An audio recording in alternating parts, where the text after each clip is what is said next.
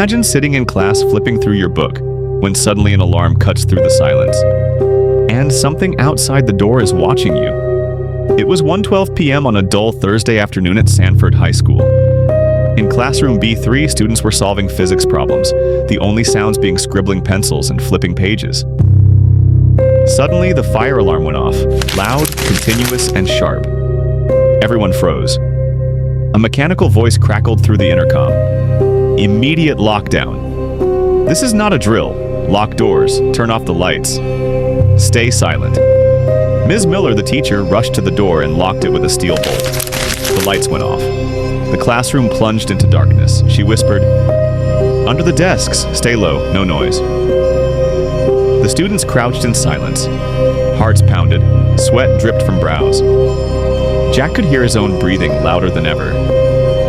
2 minutes passed, then 3, and then footsteps. Slow, dragging footsteps echoing down the hallway.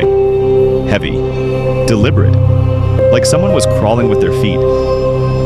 The steps stopped right in front of their door. Then came the scratching. Scratch! Scratch! Metal against wood, slowly etching something into the door. Jack held his breath. Beside him, Sarah was trembling violently, her hand clamped over her mouth. The scratching stopped. And then, a raspy voice from the other side. "Where are they? No, where did they go?" The teacher was frozen, silently dialing her phone, but there was no signal. Suddenly, bang! A heavy blow slammed against the door, rattling the bolt. Then a whisper, clear and slow. "See you soon." Silence total. The air itself seemed to hold its breath. Moments later, the police arrived. Officers stormed the hallway and opened the classroom. Students were pale, desks overturned, fear written across every face. Then they saw it, on the wooden door.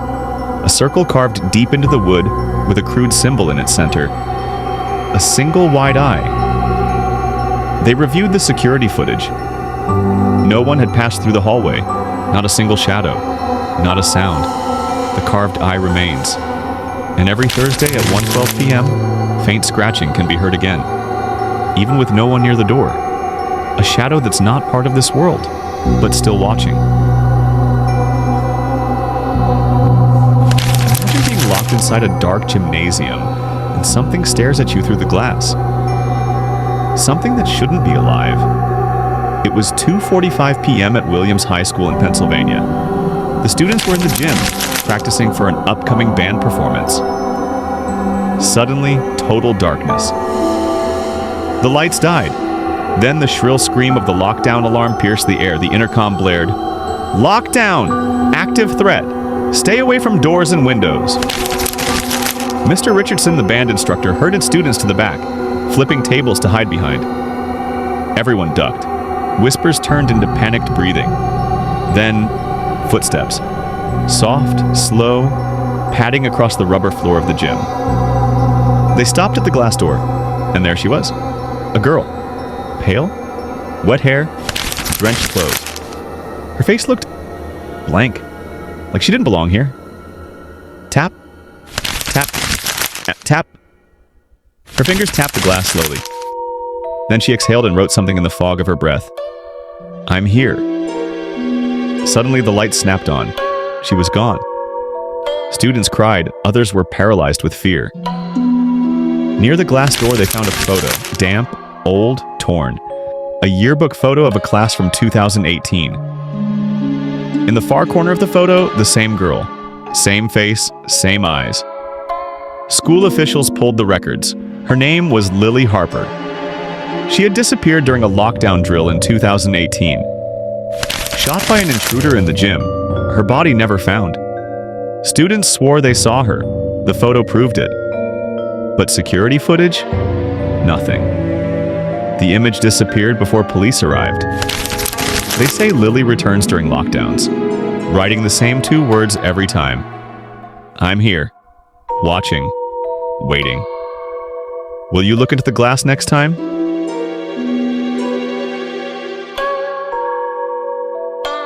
Think a classroom closet is a safe place during lockdown? What if it's a doorway to something else? It was 11:05 a.m. at an old school in Mayfield, Colorado.